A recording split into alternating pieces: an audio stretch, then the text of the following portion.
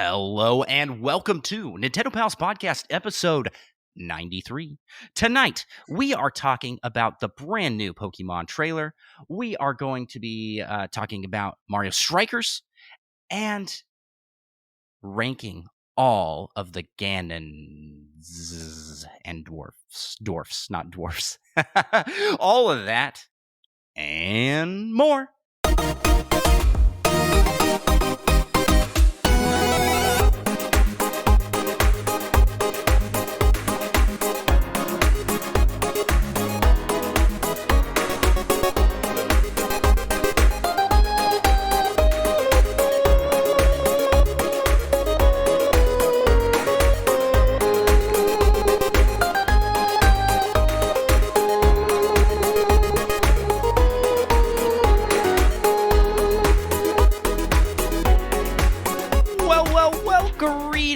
Fellow Nintendo pals, it is I, Andros, one of the hosts of the Nintendo Pals Podcast, the weekly show where we cover Nintendo news, games we're playing, community-submitted questions and topics, and whatever else we want to talk about that's Nintendo-ish related. And you know, there's a we to the Nintendo Pals, and that we is also here with me, and that is Micah. Yep. And Micah, I got to apologize, everybody. My voice is probably sounding a little different this week. I am coming over some sickness. I have been down for the count for a lot of this week with a pretty bad head cold something, and so my throat is still recovering. So I've got that sicky, nasally voice. It also gives me my nice deep radio voice if I want to channel that, you know. Yeah, I almost made a joke about how your voice is changing because you're finally hitting puberty, but I decided not to, so you're welcome. When I become a man. Yeah.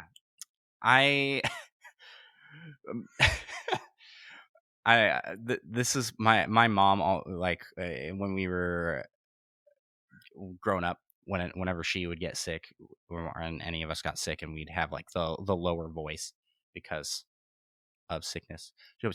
She's like, I got my man voice on. And she's like, one time I answered the phone like that, and they were like, yeah, can we speak to her name? And she's like, this is her speaking. I would just hang up immediately. There's no recovering from that. I'm out.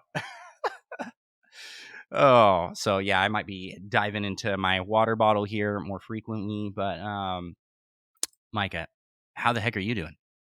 Oh, I'm doing pretty good. I made a conscious decision to just not get sick this last week, and I didn't. That's nice, yeah. Luckily, it doesn't pass through the microphone. That would be bad. I'm not podcasting with you anymore.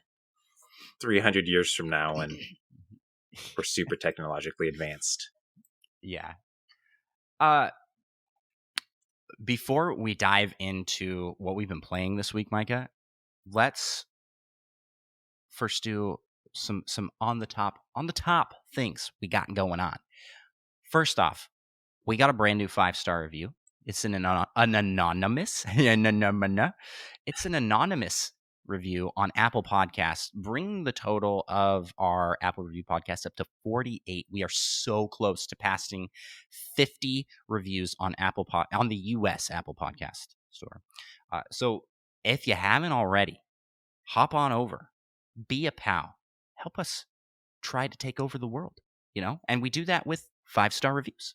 You can leave 5-star reviews on Apple Podcasts, Podchaser, Spotify, and Audible. And I'm sure there's other places too. I don't know where those places are. So if you do, let us know. We'll shout you out at the top of the show. We love to give shout outs. And speaking of, we got a big shout out coming here shortly. But thank you to everyone who has left us 5-star reviews. It really helps people discover our show and helps us rise to the top of the creative space. In addition to that, we also launched a brand new Nintendo Pals, I almost said Pokemon Pals, Nintendo Pals Patreon last week, and it is now live. people have gone out, they have donated to the Nintendo Pals Patreon, and you should check it out. If you haven't already, check it out. Consider supporting us over there. It is completely optional. It is completely optional. I do want to make that clear. I know a lot of people get bummed out when their favorite creators move to things like Patreon or start doing advertising, like we are doing both, probably in this episode. But again, these things are to try and help us to put more into the show, but they are optional. It is an open door. You do not have to. Please don't feel bad that you don't. But we are super appreciative of those that do. And one of those Patreon tier rewards for anybody that donates on Patreon, you get a shout out in the brand new Nintendo Pals Patreon Pokérap. That's right. We produced a musical thank you of sorts. So, Micah, what do you say we just dive in? Everybody can give that a listen right now. Yeah, hopefully we don't lose too many viewers afterwards. I'm actually really happy with how this turned out. So, let us know what you guys think. Alrighty. We gotta rap some Patreon. You just do the singing. I'll take care of the hard part. Let's get it on. We want to be the best there ever was. And shout out our pals over on Patreon. OD, Riz, or Retro Dodge Day. You does a game or Slim or Spider Shan. Solo something, Brian Eck. That's all for now, so come on, join me. Catch 'em, gotta catch 'em all. Gotta catch 'em all. Patreon. Let's get 150 or more, yeah, please. To be a Patreon donor is your destiny. And that is the Nintendo Pals Patreon shout out. That will be happening at the end of every episode of Nintendo Pals podcast. I showed it at the beginning just because I'm very excited about it. I want people to hear it and people to get a little bit get a little bit jealous that they're not in it, and maybe consider supporting us on Patreon so you can be a part of that musical masterpiece. I'd just really like to give a shout out to Andros' editing skills there.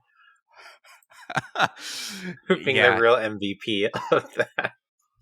Yeah, it was a lot of fun to make. It was super fun. And I am actually mildly impressed with how it turned out, considering I did all my parts while sick. That is probably why my voice is so shot today, singing all those parts. And you might not recognize it, but Micah was actually the one rapping in that.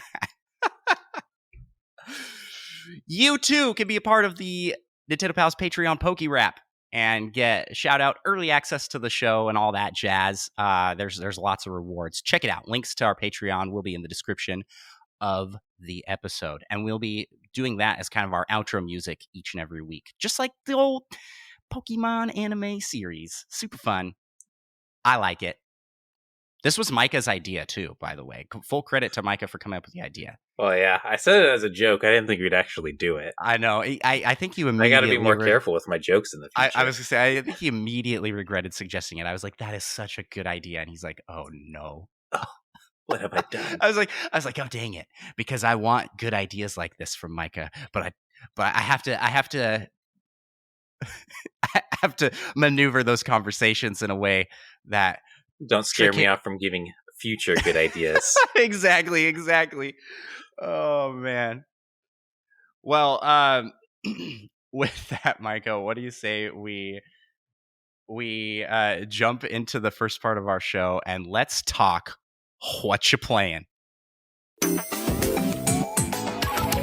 Alrighty. Micah, what have you been playing lately? What you been up to this week? Well, I played a little bit of Fortnite since the season is ending / will have ended by the time this airs, I think. Unless you're on Patreon. I ended up getting like yeah. a bajillion levels because I hadn't done anything. So that was pretty sweet. Now I have enough for the next season's Battle Pass. Did you get this last season's Battle Pass? I did. I barely managed to make enough back to get the next seasons. Nice. So who knows if that will happen again. That was pretty good. I feel like I'm a decently high level for having played like 3 times. Yeah. So What level did you end at? Do you remember? I want to say I'm at like level 70 something.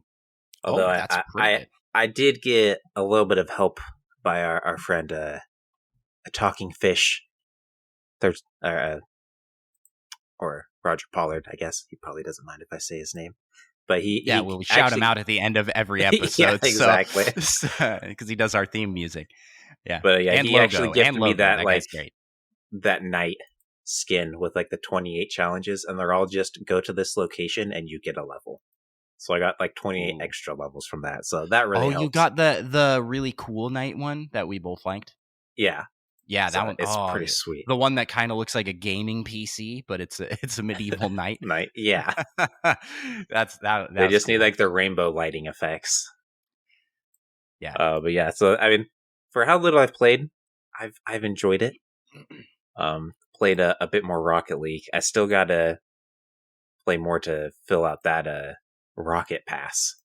I think I got like another 15 levels and 12 or so days left to do that. But I think that's actually, well, I did stream some Majora's Mask as well. Nice. Which this stream I feel like went a lot better than the last one where I got lost and didn't know what to do forever. I was just going through a good old dungeon where I did get lost for a bit and not know what to do, but not as bad. Nice. So I think that's it. I did unfortunately did not get a ton of game time in this week just because I was not feeling well, and it was like the kind of sickness, the lame kind of sickness where instead of like, man, I don't feel good, I shouldn't go anywhere, I should stay in bed, but I feel good enough to play my Switch. No, I was down for the count, and like doing anything was headache inducing, so that is unfortunate. So, but at least for part of it, I did play some Slay the Spire, and I beat the final boss. I slayed the Spire, as they say. Was it the final boss? I assume so. Is the heart of the tower the final boss? That's a good question. I don't remember. I don't remember. Okay. It's been a while. I don't remember which one the heart is. You have to collect the gems and stuff. Yes. Open the door. Yeah, I think that's the final boss. Okay. I was gonna be like, I don't know what else you would do. If I ever make a game like that, there will just be like 17 locked final doors. bosses that people think they're finally beating the game. And it just never ends. That's your RPG roots coming out right there. Oh, there's always a stage 2 or second final boss. Yeah, you thought that the final boss was the president of the country of Torna, but no, it's actually God. Just kidding, it wasn't him. It's the universe itself you have to fight. Yeah. that's so I played some Slay the Spire. I also have been helping my son out with some Legend of Zelda Breath of the Wild. He's been very into that one lately. And we also did our all-day stream for our 2-year anniversary. Thanks, by the way, to everybody who wished us a happy anniversary through all our social media channels and in the comments on our YouTube channel and all that stuff. Y'all are fantastic. I saw them all. I tried to thumbs up everything and say thanks. But if I didn't, sorry, thank you. I didn't mention any of that in my What You Playing because I couldn't remember if that was this last week or the week before. I was it was this last week. And for that, we played some Mario Odyssey. We did Mario Odyssey Bingo. We played Smash Bros, Mario Kart. We also did some Spelunky 2. I've got to say, I find Mario Odyssey Bingo, speedrunning Bingo, to be very fun, even as a not speedrun. I don't speedrun Mario Odyssey. I don't know, like the What's the, that? The the super Dinosaur tricks. Skip? I Oh, still I do haven't know even that bothered one. to look up to see what that is. I should have watched you do it at some point. It's super easy, man. Like you get the dinosaur in Cascade Kingdom, and then right next to the dinosaur, there's a rock you can break, and there's a trampoline. And if you take the dinosaur onto the trampoline, because he's so big, the jump is like super high, and it gets you up high enough that if you exit the You like hop dinosaur out. Oh, and dive, you'll hit the boss fight, interesting. and it just lets you skip getting up to I the boss. I found my own little skip last time. That right before the boss fight, you don't actually have to take control of those chain jumps to break those rocks. You And can you just jump jump around it. Yeah, That's the Yeah. extent of my speed running. I'm like, oh yeah, I'm a pro now. I mean, so neither of us is like crazy speed run. That's like the only speed run trick I know. Yeah. in Mario Odyssey, but it's super fun. Yeah, I think even to play it like solo, just trying to get a bingo as fast as you can. It's very fun. There's a short version, and I think reasonably someone could finish the short version. We did it in well under an hour. Did we only do one game? I think we only did one game, so Yeah. I don't know if it was well under an hour. I think it was actually. We used that extra time for the next game. Oh, okay. It's like 45 minutes. Yeah, it's fun. It would just kind of be nice if you could like start your bingo not at the very beginning, because then you do that like first level every time. Yeah. So They need like a Dark of the Moon bingo. Yeah, that would be fun. That would be fun. Yeah, so I had a blast doing that whole stream, and also on that stream I played some Nintendo Switch Sports. Pretty sure, and had a good time with that.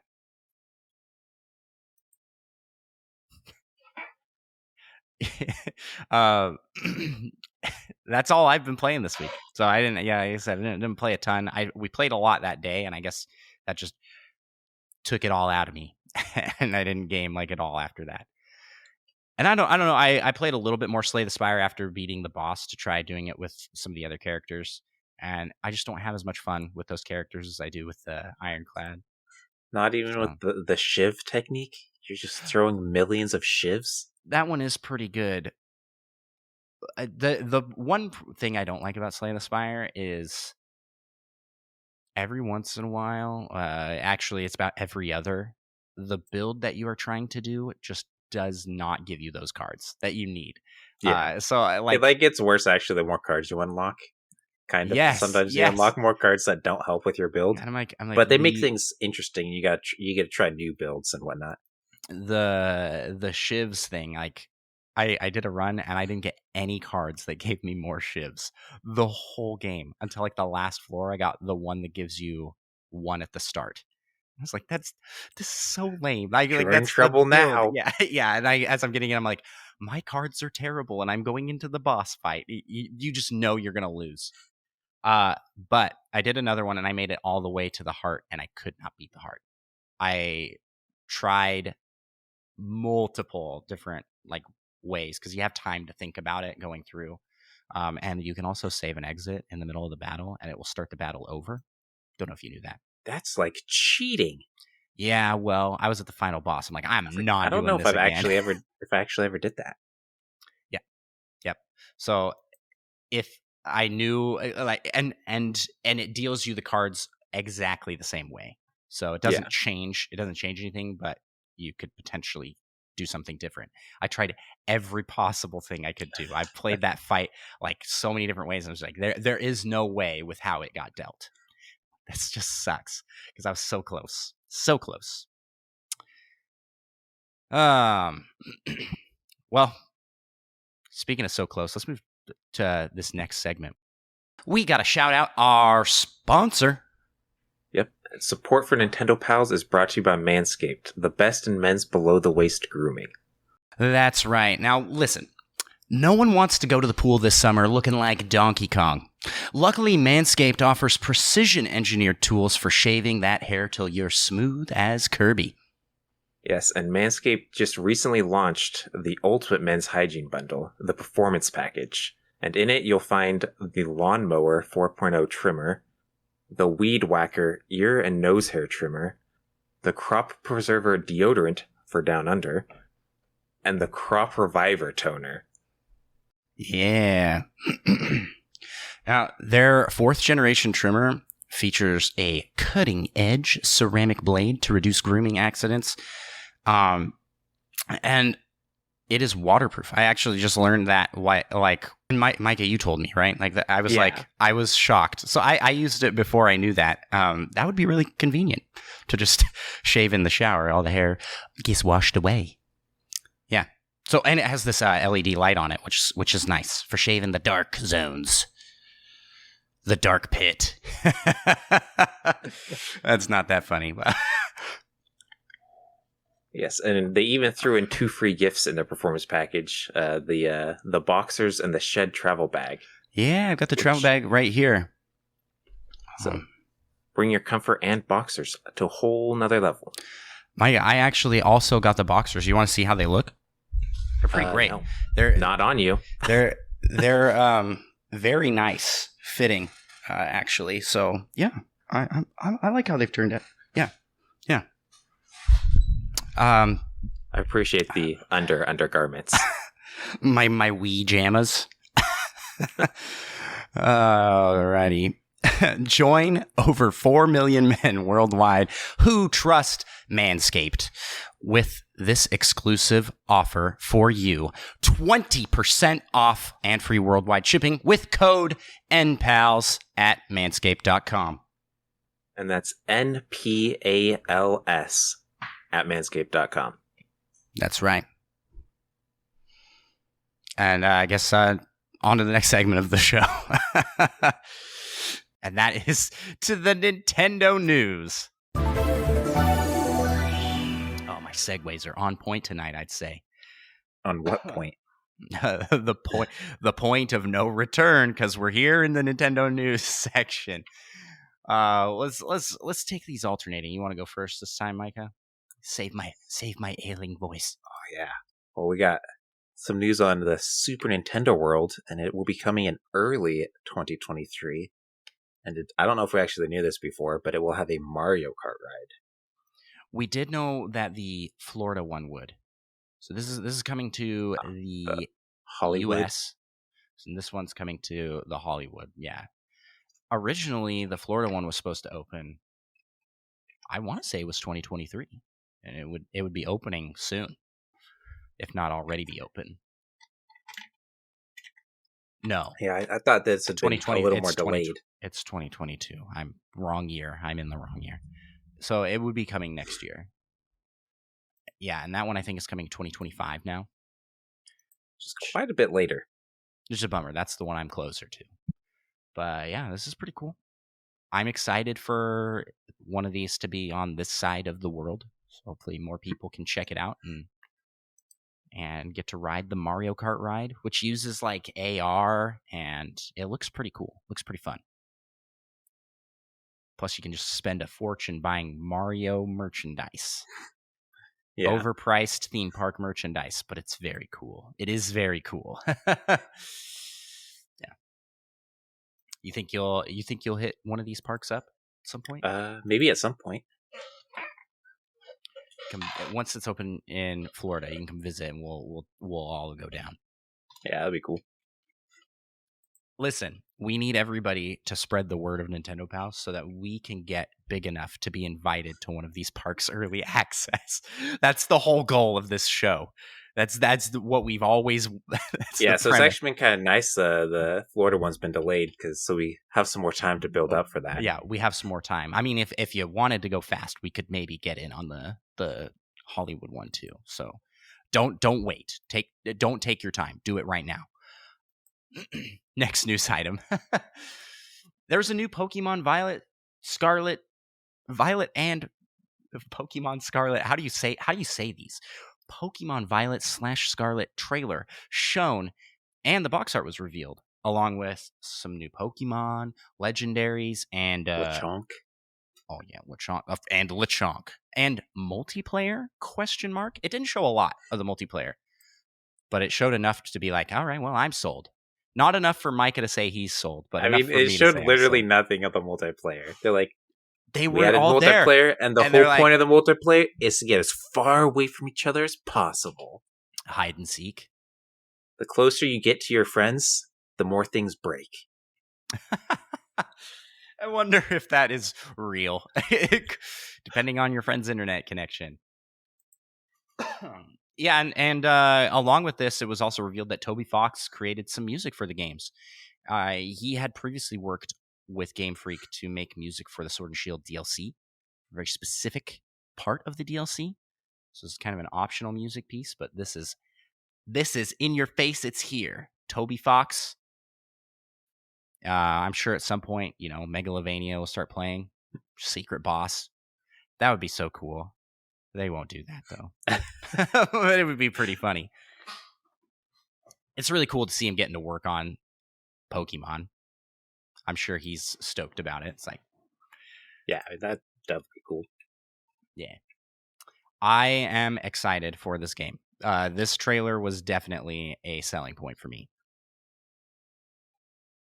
I was like, oh yeah, this looks really good. I've had gripes. I've said on the show in the past about the graphical quality of Pokemon. This doesn't look, Yeah, but did you see those two professors? Their graphics look great. Oh yeah, I just enjoy did- all they did the make comments about Yeah. how the professors are essentially just models. Yeah, yeah, it's true. And it's like, what happened to Professor Oak? Oh yeah, Now we have like essentially like magazine models for professors. I mean, not that professors can't look really nice He's and like- whatnot. You just see him on the cover of like Pokemon Today, and or that sold at all those little gas station things that they have in the trailer. Top Little mag- top 10 hottest professors. They're definitely at the top. Yeah. Oh man. It was pretty funny. I did get a kick out of that. And then there's more to talk about this because there's some rumors around maybe some story / mechanic elements to this game.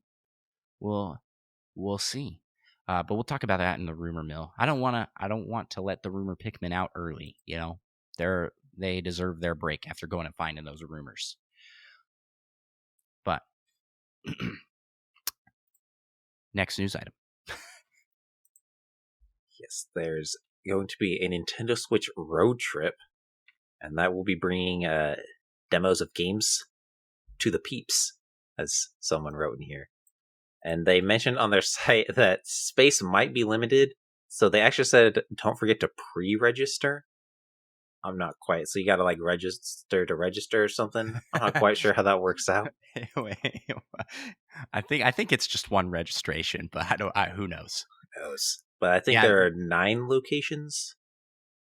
I think Starting there's one close by you. I think they're stopping in Seattle. Seattle, yeah. They're Maybe starting you should at go to it. You could be June the 10th and ending on like early September in some- Seattle. So save the best for last. get some live coverage. I'm live in the field. It's like At the Alderwood Mall. I've been there before, that's where they're going. apparently. I worked there. I was like, that's not really that Seattle, is it? No, it's not. Huh. So interesting. Yeah, it Weird shows in location. the address it's literally in Linwood. Yeah. That's But weird. Seattle's the That big is so town, I guess. weird. So but yeah, I Okay. mean, who knows? I might just have to show up there. That's not that far away from you. That's like less than an hour, like 45 minutes. Yeah, it's pretty close. Cool. Nice. It's coming nowhere near me. I think it's like a 6-hour Milwaukee? drive. It's like an 8-hour drive to like the nearest location it will be stopping. Yeah, but it's only like a 1-hour flight. Where? Milwaukee? Oh, like I'm talking about the 8-hour location. I just said a random place. Oh, yeah. Maybe. I don't know how long the flight would be. But yeah, so I will not be attending this. Also, the games that they're showing are they're showing the OLED off. That was one thing they highlighted. Nintendo Switch Sports, Mario Strikers, and there was another game. But it was like There's the Forgotten Land. these are all games that are out or going to be out by the time they're on the tour. Yeah, So it's not. The list I saw did seem a little interesting. I don't understand what it's for, other than to maybe like get an opportunity to show off the OLED. But there probably will be like cool swag and like a cool booth and things set up. So it will be worthwhile to go. If I lived as close as you did, I would go. Yeah, for I sure. mean, it kind of seems like it's like this will be awesome if you're like a fan of Nintendo. But also, we're demoing all the games that most Nintendo fans will already have. Exactly. Yeah. Yeah. Maybe they'll have like a cool statue or something. Cool. You can go and be like, hey, so any of this stuff? Free? Are you guys gonna get rid of this at the end? Can I have it? Can I take this statue? Can I have this game? You done with it? Are you done? When you're done with the OLED, can I have it? Yeah. So that there's that. I mean, they do say it's better to ask forgiveness than permission. So you about make me spit out my water. We do have in chat here. Monkey Thunder says Micah should go. Nintendo Pals on location. Do it for the podcast. You know, for the pals. It makes sense. See. All right. I haven't even paid attention. I have no idea if I have anything going on September. I might be. Let me look at my calendar. You know, might be busy. My throat's a little scratchy. I think I might be coming down with something in September. Early September. It's like 3 months away. All right. Next news item. Junichi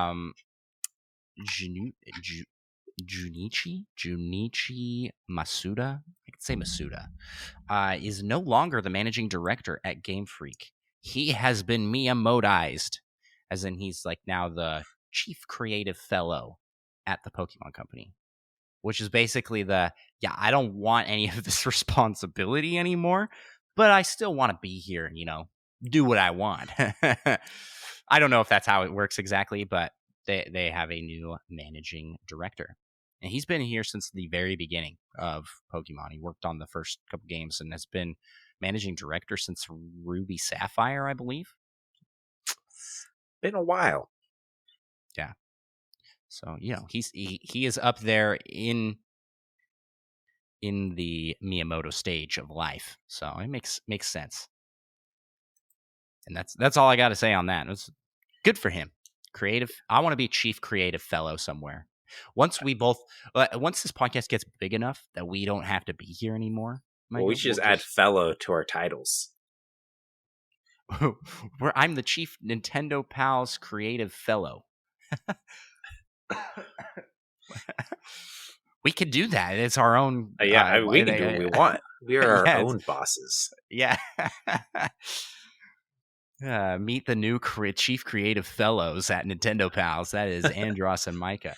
Yeah, there are two of us. It was quite a running for among all of our employees, but I mean, we kind of have three, so we managed to get ahead. Yeah, well, the third one's the content manager. So I think that's technically both, right? higher. I think that's technically a higher role.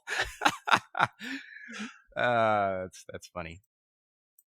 And the Pokemon Company made oodles of cash with a record financial year in 2021. This surprises me, actually. Well, actually, no, it doesn't, because 2021 2021 had two Pokemon games, essentially. Which are like both in the top 10 Switch bestsellers, aren't they? Wait, no, they only had one. They had, in November, Brilliant Diamond, Shining Pearl. They didn't have a game before that, right? Arceus counted as last year, right? No, Arceus was this year, January. Does it count in the 2021 fiscal? I wasn't sure. Actually, it might, because if they're counting fiscal year, it'd be April to April. Yeah.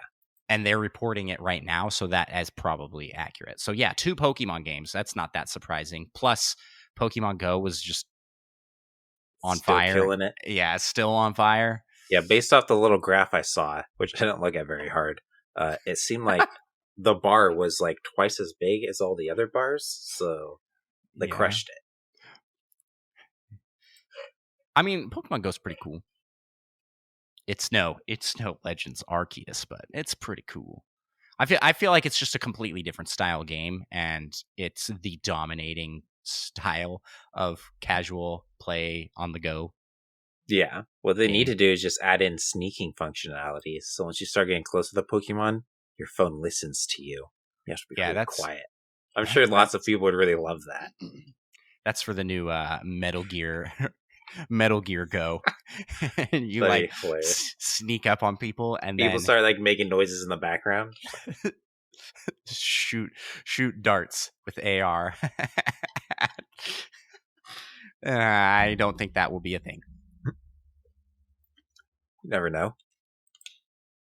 But you know what will be a thing, Micah, is Star Wars Knights of the Old Republic, Sith Lords. It's coming soon. Whatever coming soon means.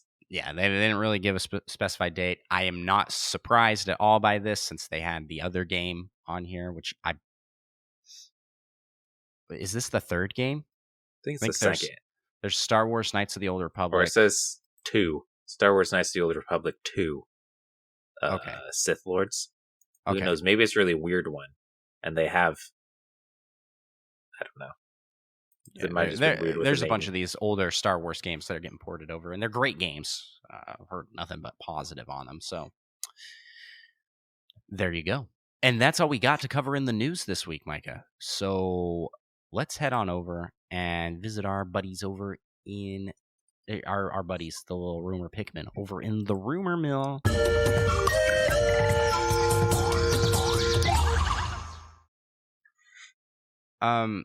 I don't know much about this first one. What you want to go into it? Because there are rumors of a Fire Emblem Warriors demo that will potentially be coming out. It's on the official Nintendo Store page. They had a button for like downloading a demo, but it didn't do anything, and it has also been removed. So they might have just put it up a little too early, or maybe it was just a total accident in the first place. So who knows if we really will get a demo, but with Age of Calamity, we got a demo, so I wouldn't be surprised at all. Yeah, it seems like the Warriors games are cool for doing this sort of thing. Yeah. I mean, it launches June 24th, so have to be pretty soon, you'd think. Yeah, it'd have to be in the next couple of weeks if they're trying to do it before prior. Yeah. But they might just do it at the time of release as well. They could do like they did with Dread, but I feel like that was more of a retroactive, like, hey, more people need to play this, so let's throw in a little demo. Or if they're playing, I feel most times demos are more effective if they're launched close to the release window, but before. Yeah. Don't do it wildly before, but don't do it so close that people don't have the time to really make the purchase decision. Yeah, exactly. Which is in that 2-week span, because that's a lot of people work off their budgets off the 2-week paycheck cycle, right? Depends on where you are. I'm sure that's not standard worldwide. I mean, if you're a criminal, you just go and rob something that night. So. We do not support criminal activity on this show. But if you are listening and you are a criminal, we appreciate the listen. Don't be a criminal anymore. Stop that. All right. Next rumor is let's talk more about Pokemon. Pokemon Scarlet and Violet, there is a lot of rumors around there being a very time travel or time-focused story. The reasons being, you've got 2 professors who are named... We had it here in chat. Where was it? Third strongest mole shared in chat. Professors' names are Professor Sada and Turo. And in Spanish, the region is based in Spain. Pasada means past and Turo means future. So, Professor Past, Professor Future, and their outfits display that. She's got kind of a very They both wear lab coats so that they're professors. But we don't want anyone getting confused. Yeah, don't get confused here. But under the lab coat, the Professor Sada is wearing like a bone necklace and a very like caveman looking outfit. But I've already forgotten their names. Professor Turo is wearing like a very Tony Stark metal suit kind of thing. Skin tight future stuff. Because in the future, skin tight clothing, metal clothing. It's skin tight metal clothing. Yeah, that's what we're going to be wearing in the future. And then the legendaries themselves as well. At least the Violet legendary has a much more like mechanical, robotic, sci-fi aesthetic. It has like jet thrusters. Yeah, it does. Just like straight up. And the Scarlet legendary doesn't, but it looks kind of like a water wheel, maybe. Oh, maybe. Not really. Maybe. It does seem to have some sort of wheel. Maybe the original wheel that taught the cavemen. Strongest small chat. Where we're going, we don't need pockets. To the future. Here's my hope, Micah. I hope that we're getting an Ocarina of Time mechanic, and you swap back and forth between past and present, but you're the same. I mean, maybe you can be older in the future, or you're in the past, but this would be a pretty drastic difference. But that would be cool. Is your character somehow can travel between time on demand, and that's your story. Like that's a big part of the story. That would be really fun. Zelda does this a lot. They have the double-sided world element. You got the light and dark world, Hyrule, low rule, regular and Twilight, above water and underwater. They really like to do these dual world themes, and I always have a really good time with them. So I think this would be really fun. Oh, and also clarification in chat: the names of the legendaries are Corydon and Miradon. I hope I'm pronouncing those right. Kore means ancient, and Mire means future. There's a lot of hints, and I think this is legit. I don't think this is like a baseless rumor. I think there's going to be something here with time. Yeah, it might just be that the professor really likes the past, and there is no time travel. Yeah, or the legendaries are over different aspects of time. Because we already got a legendary that is time with Dialga, right? That's the time one? Palkia is the time one. Dialga is space. Thank you. Are you sure about that? Yes. 1000% sure. Palkia is time. Man, I'm going to feel real dumb if this is wrong. I'm pretty sure. I mean, I was very confident until you said that, because I feel like you definitely know more. Spatial Pokemon. Palkia. I'm wrong? Oh, no. This might be the most embarrassing thing that has ever happened to you. Yeah, luckily I'm editing this episode. I could cut it out. Dang it. Clip it, someone. But we both know I am not doing that. That's too much work. Way too much work. What? Why did I think that? That actually makes sense, though, because Dialga, Dial, Roar of Time, Spatial Rend. My goodness. I should have thought of the attacks. I don't know why I thought that. Okay. Well, there you have it. I feel like Dialga. You'll just find things. You have to go archaeology style and find things that have meaning in the present now or something. Yeah. Who knows? But then what about the future aspect? That's true. I just feel like there's that's asking a little too much of Pokemon. It's true. But it could be very cool. Don't expect a lot, but maybe something's there. This is always a good attitude to have coming in, especially to a Pokemon game. Right. Well, that does it for the Rumor Mill. Thank you to the Rumor Mill Pikmin for putting their lives on the line to bring us the best of the rumor fruits.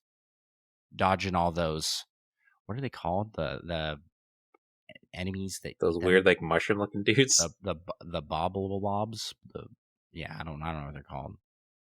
Well, now I'm less confident of what you were talking about. Blob Those things like in that dwarves. level of Smash Bros. Yes, That has the open mouth. Yeah, Has like bulb or something in its name. yeah. It's like bulb. That's why I said blah blah blah blah blah. A bulb blob. Let's see. A bulborb. Oh, you're pretty bulborb. close there. Oh, the bulb blah blah. If you just say that fast enough, a bulborb. A bileless bulborb. We sound like we know Land. Nintendo so well. We're so professional. Don't here. forget the creepy beebs. I don't remember what those are.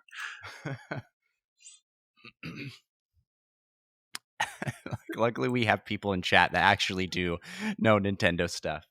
Let's head to the next segment of our show and talk in the community corner.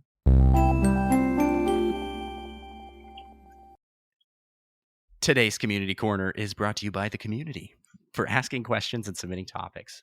First off, we got a question on episode 91 of the podcast from Daisy Rose on Spotify, who then repeated the question in episode 93, which was a special episode. So we didn't actually have a community corner, which is why we didn't address it last episode. So we apologize, Daisy Rose.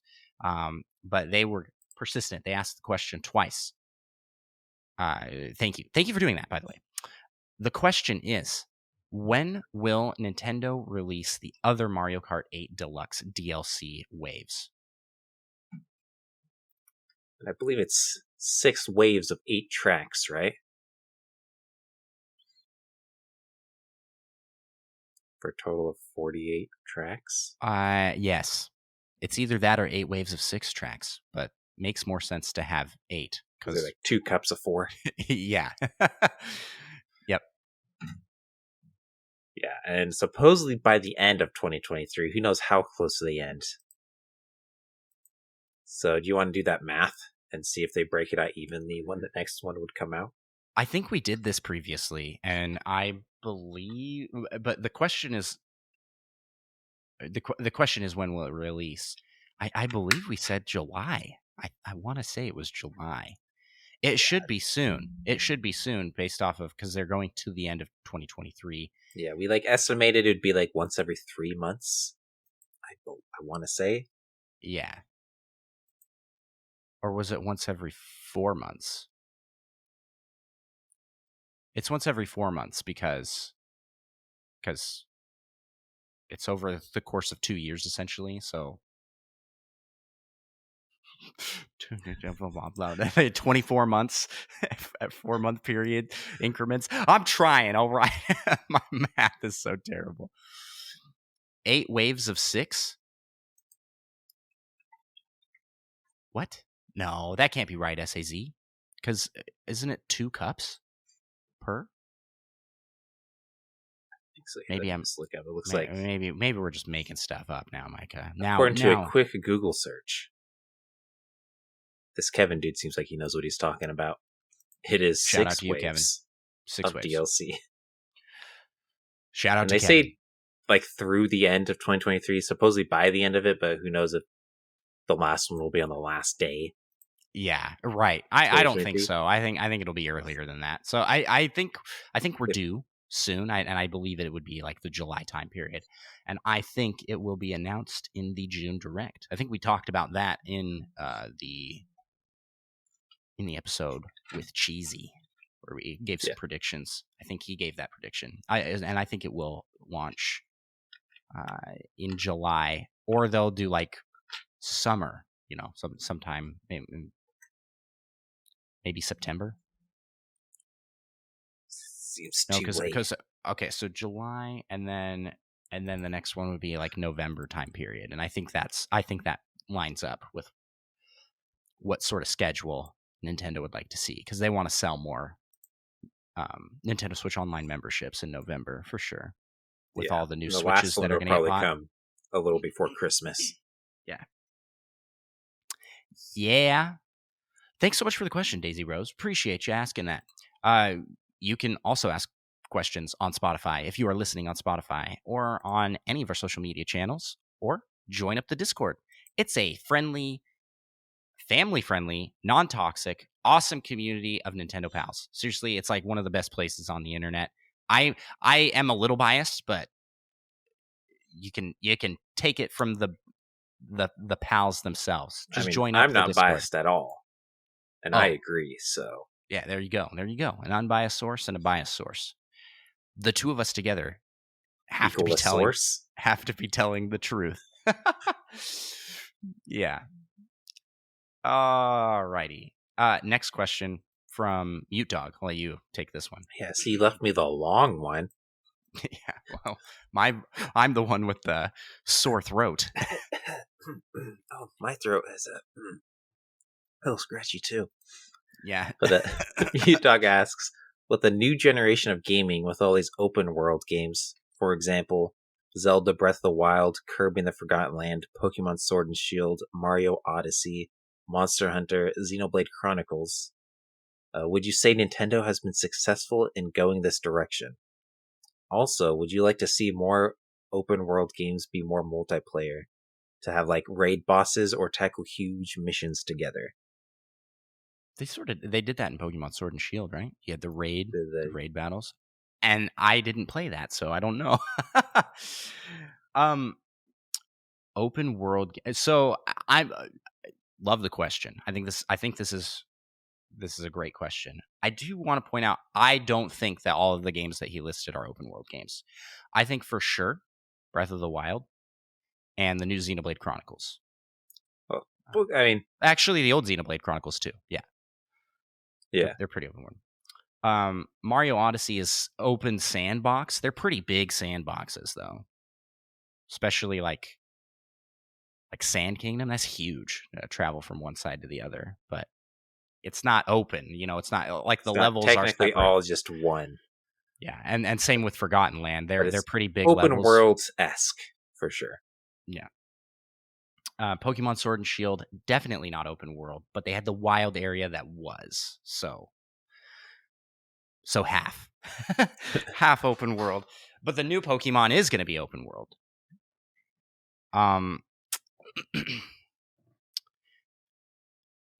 Have they been successful in going this direction? 100% yes. Breath of the Wild is the best open world game ever made. My opinion. It basically took the open world formula and perfected it. It was like Skyrim, but not buggy, and you could do like climbing, and like it truly was an open world. There's not load screens for going into houses. Skyrim definitely had those. I remember when the game first launched, and you'd like go into a door, and it'd be like just the longest load screens. It's so much better now that they've remastered it 20 times. It's cleaned it up pretty nicely. But I think Nintendo's like, we're gonna try this open world thing, and we're gonna do it best. Yeah. To be fair, they did have a lot of sources they could draw inspiration from.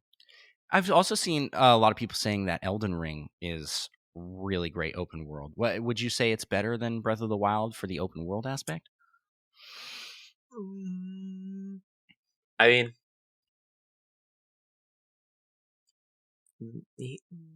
it's not quite as open. They have more areas that block you off from other regions. Oh, okay. So you like to get to some like plateau area, you either have to get these like 2 pieces of medallion, or there's like a cave you can go through. So it's not quite as open, and some of them are kind of locked until you do other things first. But I think the open world in that game is very good. I mean, you can't climb or do things like that, so you don't quite have as many possibilities. And then Pokemon Sword and Shield, I wish they'd committed then, but they're doing it now. They're committing to it now. I think they were dipping their toes with the wild area, and it was successful for the most part. So this is going to be really Arceus cool. is also open world-ish. kind of like Mario Odyssey, the big Sort sandbox of. areas. Yeah, sort of. It's pretty big though. Yeah. I've said that I want Mario Odyssey or the next 3D Mario game to be truly open world. I still stand by that. I know not everybody is into the open world games.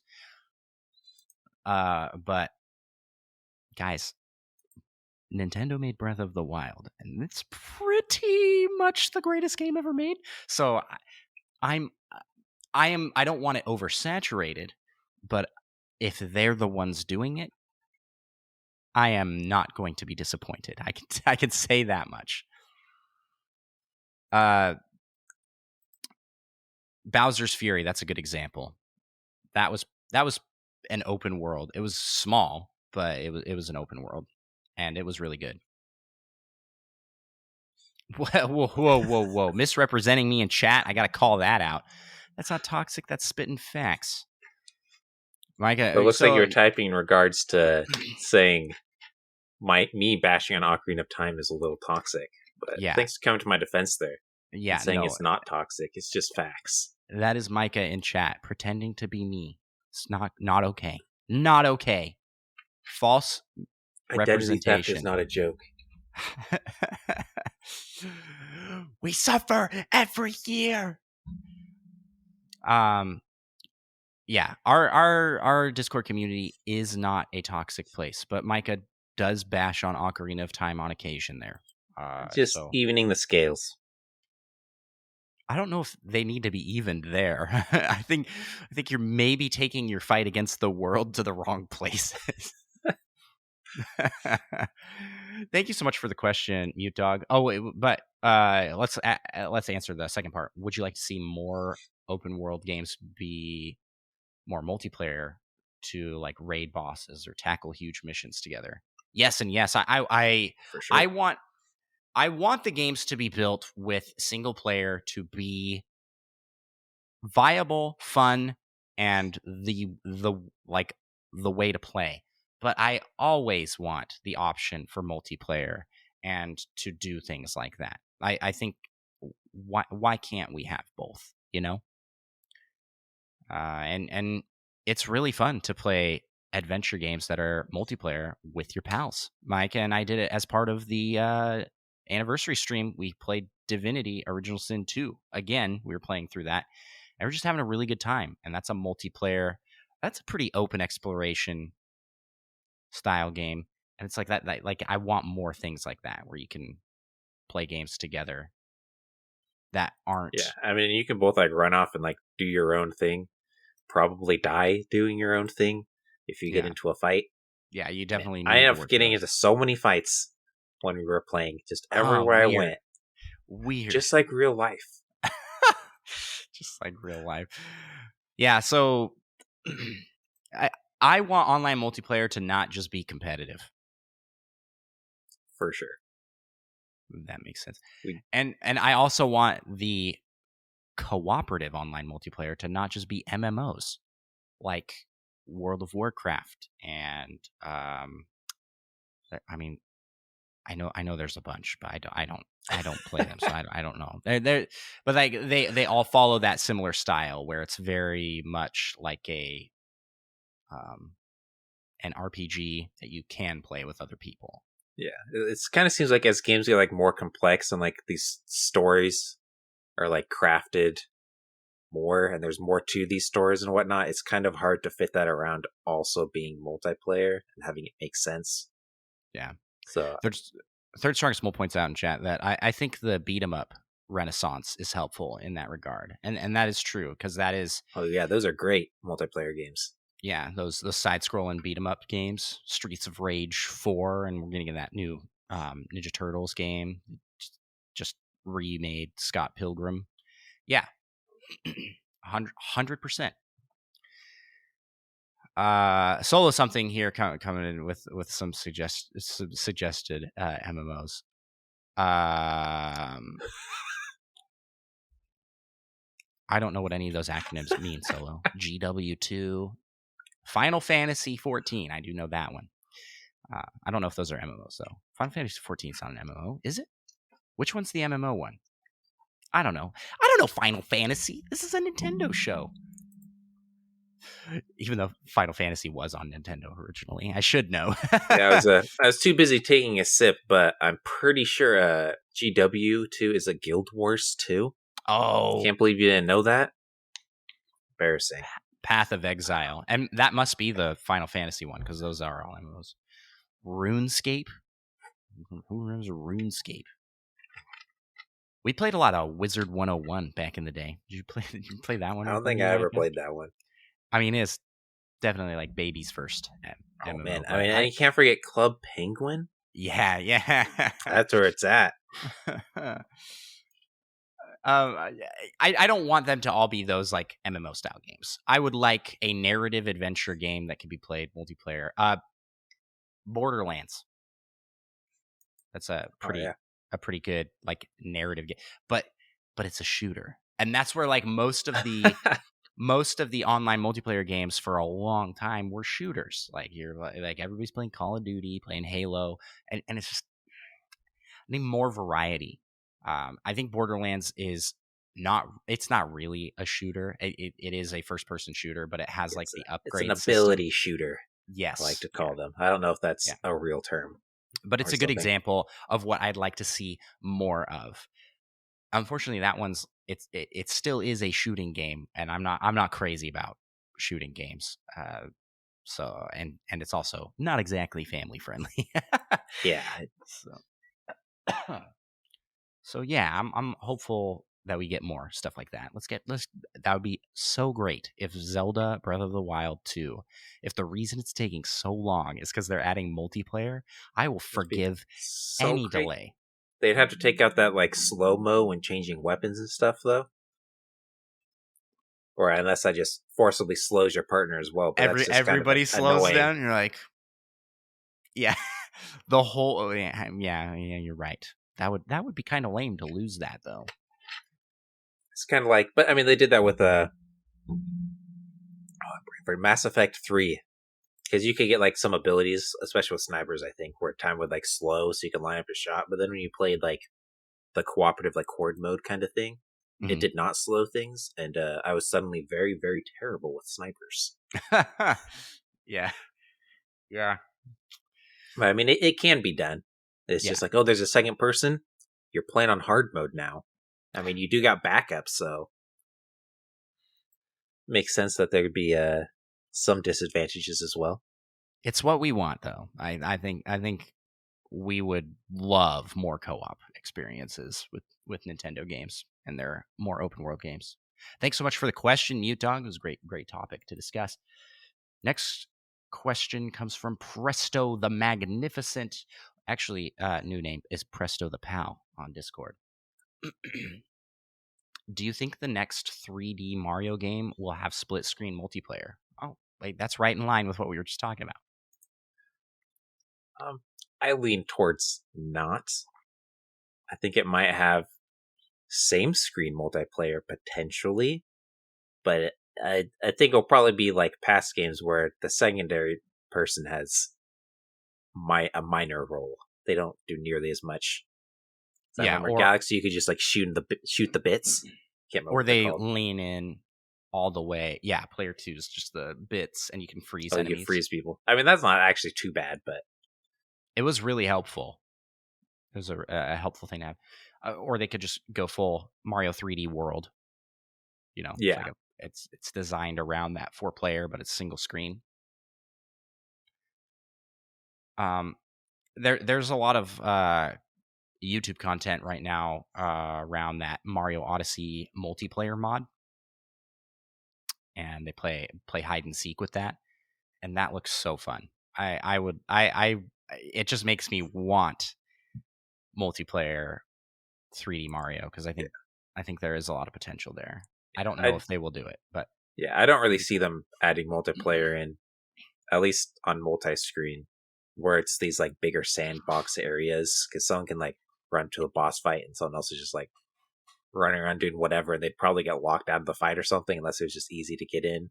And I feel like it would just add a lot of limitations to what the developers could do with the game. No, you start. It's like they just make some jump. They jump to it.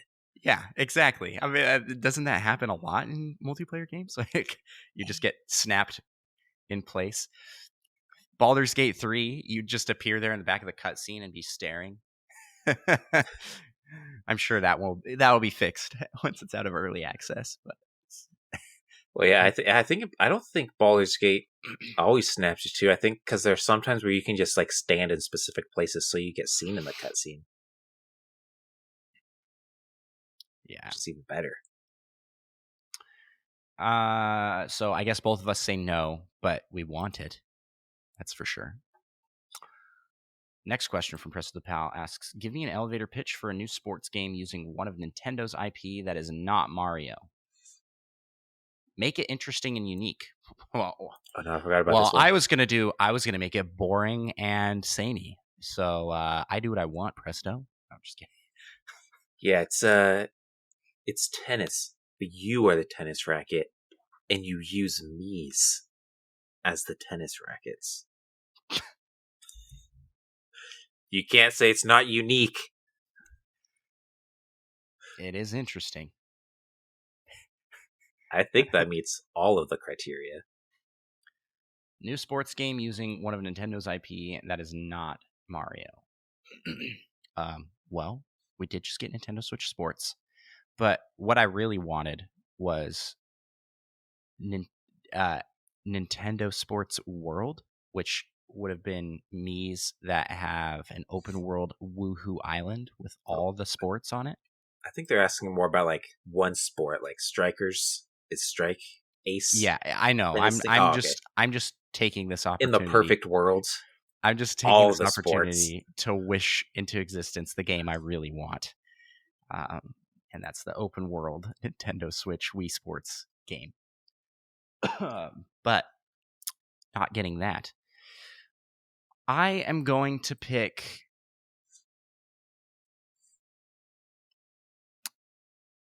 probably do golf and Zelda. That's Zelda not a golf. new sport. That's an old sport. A new sports game. I mean, I guess. Well, they do have a specific golf game. Mario. We're not allowed to use the same sports. You used tennis. What do you? That was a joke. Oh, you have an actual answer. Kind of somewhere. I was thinking. I mean, I forgot Ninjala was a thing until I thought about this some. So I'm not copying them, but dodgeball. I feel like you could do a lot of cool things with that. And nice. Just because you got to make it Metroid themed. But Samus turns into a ball. She should throw herself. Exactly. Think of the teamwork opportunities you could have. Yeah. You become the ball. Actually, doesn't that also happen in Ninjala? You become a ball. You become a bubblegum thing.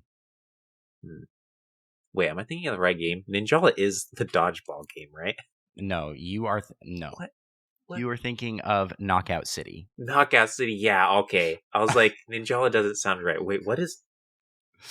I don't even remember what the gameplay of Ninjala is like, besides there's some, like, rock, paper, scissors-ness to it.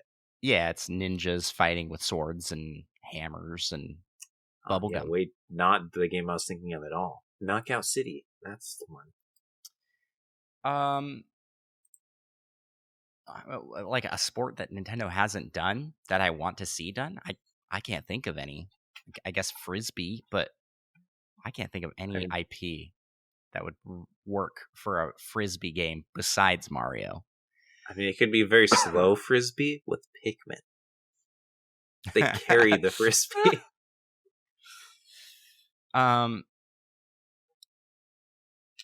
Capture the Flag would be fun. A capture the flag game that uses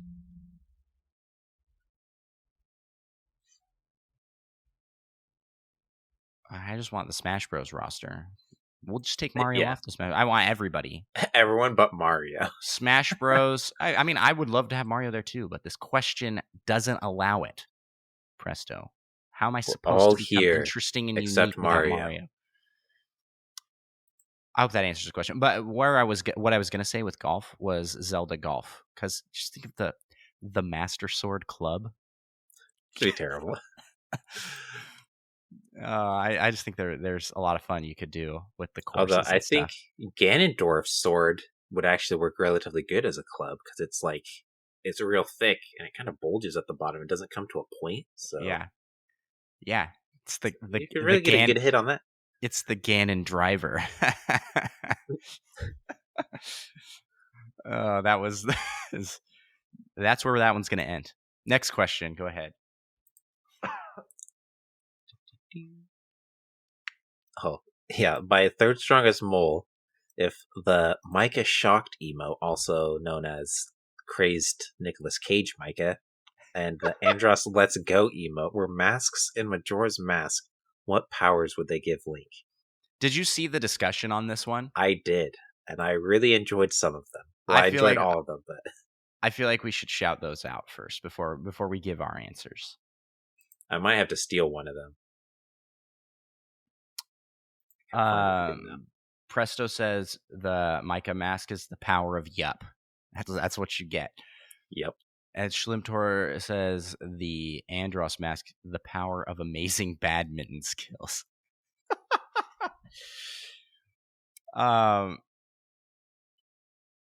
You get a badminton racket to hit people over the head with.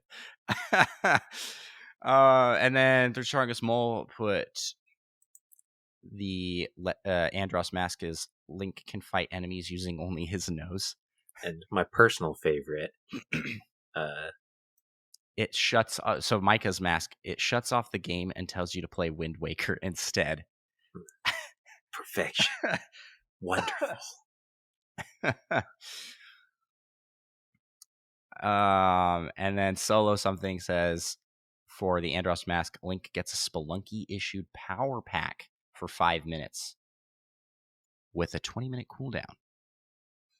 Very specific on the cooldown timer. And then for Micah's mask, Link gets a Samus screw attack for the same times as the power pack. Oh, so just wants to make it not OP. We're not that powerful of masks. Got to have a cooldown. I feel like the Andros mask gives Link the ability to talk. That's what I'm good at. And the Micah mask, I feel like, is just another fierce deity mask. It turns Link into like this like crazy buff version of Micah. It's like, but he doesn't actually have any better fighting skills. His intimidation is just off the charts, and nothing will attack you. Oh, so what the mask really does is it just scares people away. Yeah. Yeah. No, I was thinking he no longer has swords. He just fights people with his bare hands, with his eyes mostly. And he just becomes this like really buff dude. That's I don't know why. What I was trying to do is relate it to how good you are at Smash Bros. So I which that didn't really translate. So instead, it's just a buff mask. Just make him buff. Just muscles on muscles. Yeah. What would you say? I like to think of your mask. They just like get really amped up. It could equal like a double damage or something. Your base movement speed would definitely go up a bit, and you might just randomly attack every once in a while or something because you're just so amped to do something. If you don't attack enough, you swing or you punch or something. Yeah, just like me in real life. Yeah. Yeah, if Andros doesn't punch someone often enough, he just starts throwing random fists. Yeah, that's why I'm always fist pumping, because I don't punch people. Not yet, at least. It hasn't happened yet. I liked this question a lot. What would you say for your mask? Sorry. I was actually gonna. I kind of stole yours a little bit, but I was thinking just the intimidation with the crazy eyes and the insanity. People are like, "This isn't worth it." People run away from your. No one will talk to your character. Maybe there's like some characters that won't talk to you because you're because you're not You give tough up. enough. Oh yeah. In like the base. It's the guy. Yeah, it's the guy that stands in front of the salty spittoon at in SpongeBob. He's like, Yeah. you're not tough enough to get in here. But you put on the Micah mask, like, whoa, right this way, Or the guard where don't you need like a sword or something to leave town for the first time? Yeah. You just put wouldn't that need the on. He's sword. like, oh, never mind. Okay, sorry. You're free to leave, please. Yeah. Exactly. Great question. Monkey Thunder asks, if they built a Mount Rushmore type monument for video games, who would you choose to go on the monument? So do we have like a 4-face limit or something? Yes, I think so, because Mount Rushmore has 4 faces. Just Right. hypothetical, if there's Banjo and Tooie, will that count as one face?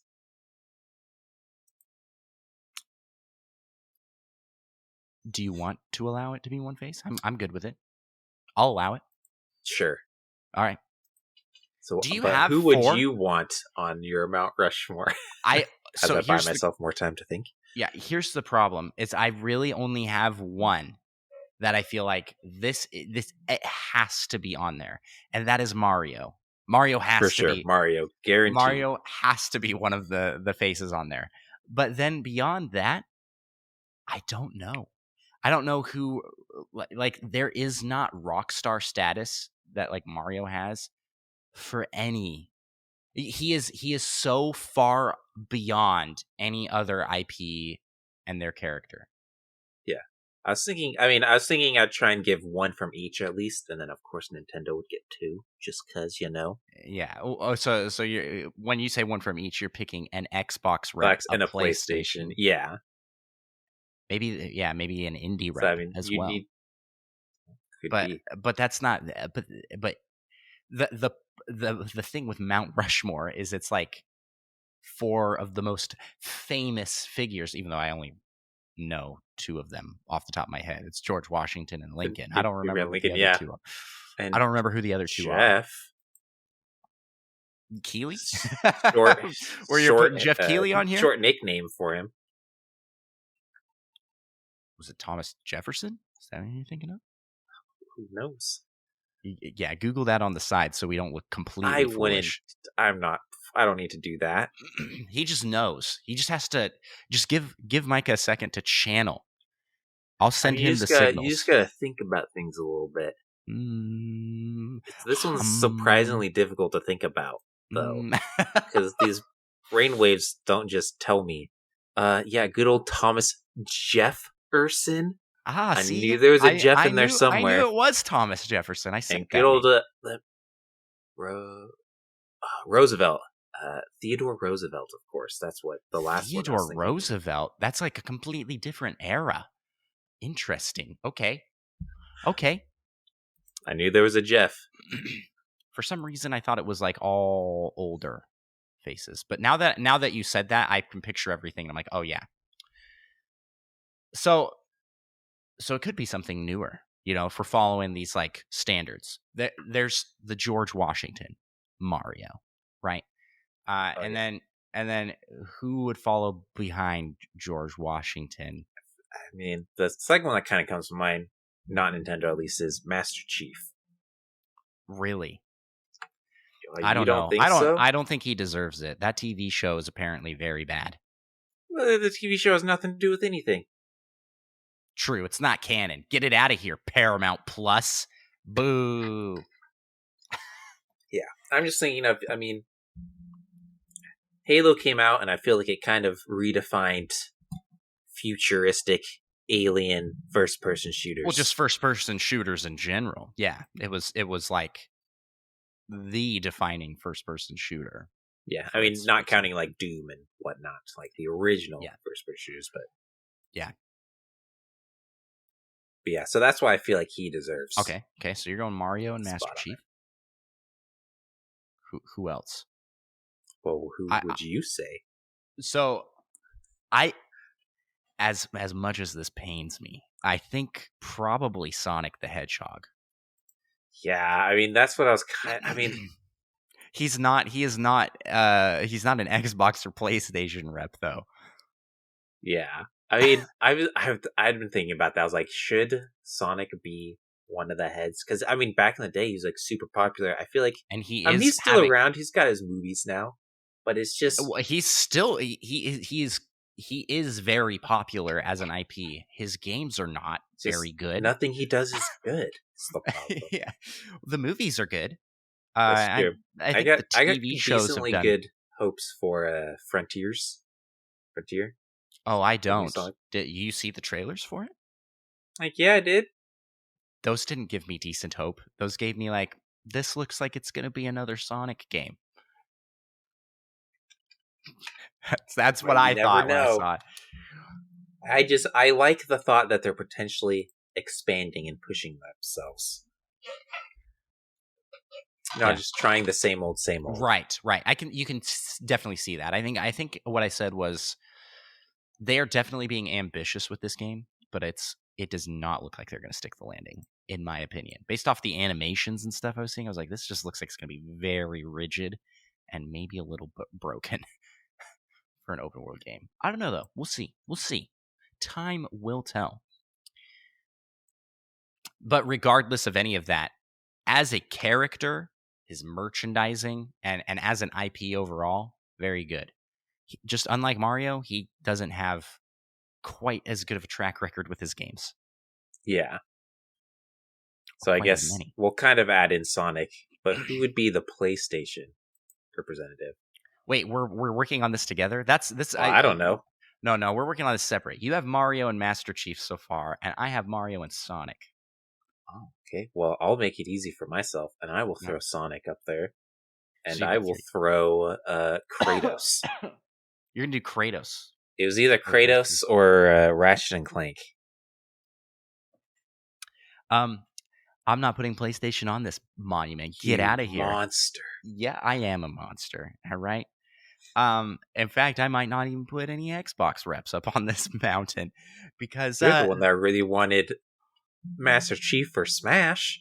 I did and do, and he's not in there. So does he what's the deserve difference between Smash Bros and Mount Rushmore? Does he deserve to be on the monument? Probably not. I was actually looking at some more classic characters, like maybe Pac-Man, which would be very easy to carve. I feel like Pac-Man just hasn't had the same longevity. Yes, I know. This is I thought about it more, and I was like, nah, not Pac-Man. But it was in my think bucket, whatever that is. It's a bucket that all your like failed thoughts fall into. All my thoughts are just in this bucket. Yeah. I really struggled here. Pikachu Pikachu has to be on the mountain. I don't think he has to be on the mountain. Yeah. Yep. So I have Mario, Sonic, and Pikachu. Because I mean these are some of the biggest characters of all time in gaming. And then I'm gonna put maybe a little bit lesser known of a character for the fourth slot. Don't do it. It's gonna be Link. Oh, okay. I was waiting for you to say Flock. Yeah, no, I'm not gonna put a little Flock. lesser known character that only 10 of us know about. The Thomas Jefferson or the Theodore Roosevelt, the one we couldn't remember, but is no. Yeah, I that's my 4. That's pretty solid. So okay, summarize here. I've got Mario, Sonic, Pikachu, and Link, and you have Mario, Sonic, Master Chief, and Kratos. Yep. Nice. I think those are only great. because I felt like I had to spread it around a little bit. Yeah, I think those are pretty good lists. Alrighty, next question here. Last question in the community corner comes from Presto, who asks, what do you think the chances of a new 3D Mario being announced at E3 and released during the holiday? We talked about this with Cheesy, didn't we? I feel feel like we like talked about this. it came up. It was someone's prediction that we're going to get a new 3D Mario game. I think it was me. I was like, yeah, we're going to get the announcement of a new 3D Mario game. Will it be announced this holiday? I did some research on the time frame from when they announced Mario Odyssey to when they showed the first trailer, like full on trailer. So they had an announcement trailer and then a full on trailer that showed the capturing and release. And they announced in, I believe, like January. It was very early announcement. They showed, and actually it was teased when they launched the Switch. We haven't had anything like that. But they showed the first trailer that wasn't the announcement trailer at E3. And then the following October, it launched. That's like over a year. Over a year? No. June to October. Oh, not so. The following October. The following October. Following. I would have June. said that October. Yeah, that makes sense. You're I right. understand what said you're saying. I mean, I think what you said also makes sense. I just took it the wrong way. Appreciate you resolving this conflict right here. I was so upset that you misinterpreted what I said. No. Well, and I was really upset that you misspoke when you said that. So glad we resolved it. It is very likely that a new 3D Mario will be announced this month as part of Nintendo's announcements. It's part of their E3 event. And then it will come out in either October or November. Yeah, I mean, I don't know if I'd say I think it's going to happen, but it's been 5 years, right? Actually, November is Pokemon, so it's not going to be November. It's going to be October or September. We're pretty packed this year, honestly. Yeah. And someone brought up that Bayonetta would be a great October game. I agree, but I could see Bayonetta being alongside Mario. Yeah, they're different enough that I don't think there'll be too much cannibalization of sales. Yep. The Bayonetta audience is so into Mario games, you know what I mean, and Mario and vice versa, Yeah. But yeah, I mean, I don't know if I'd say likely. I think it's going to happen, but I would not be surprised at all. Because it's been like 5 years, and I kind of feel like Mario, like 3D World, Bowser's Fury. I feel like the Bowser's Fury was kind of just like a test of some ideas they had, and maybe they're like, this isn't quite what we want to do, so they like cut it short. And then I feel like it's been long enough. Apply things they learned there to more traditional 3D Mario game. I do not want a full game like Bowser's Fury. And let me clarify here. I thought Bowser's Fury was great. I just vastly prefer the movement and mechanics of Mario Odyssey and all the other 3D Mario games over the 3D World engine. If that makes sense. So I don't want the 3D World engine to be the next mainline 3D game. I want more 3D World games. But the next game, I want it to be built off of Odyssey, but with the level design like they had in Bowser's Fury. I'd be okay with that, where it's like completely connected worlds with these islands that are levels. I could totally see that being a thing. Yeah. It's been long enough. Or just Mario Odyssey, but everything's connected and they have new worlds and new themes and things. That would be cool. There you go. That's all we've got for the community corner. So let's jump over to the next segment of our show and let's talk the PAL topic.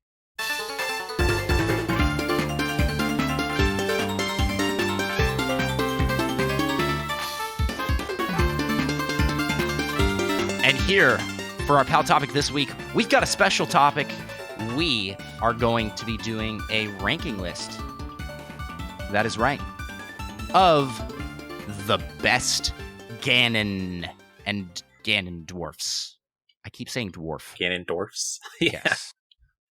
It's because we made a joke in the pre-show about Ganon and Dwarf. Andros was very impressed with himself with his Ganondorf joke.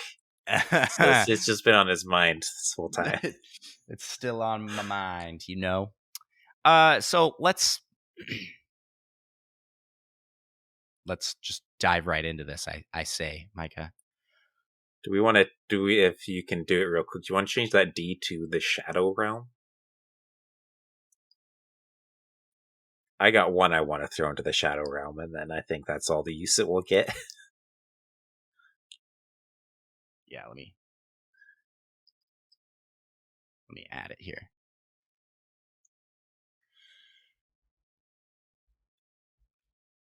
The Shadow Realm. I can't spell. All right. There you go, Micah. The Shadow Realm is added.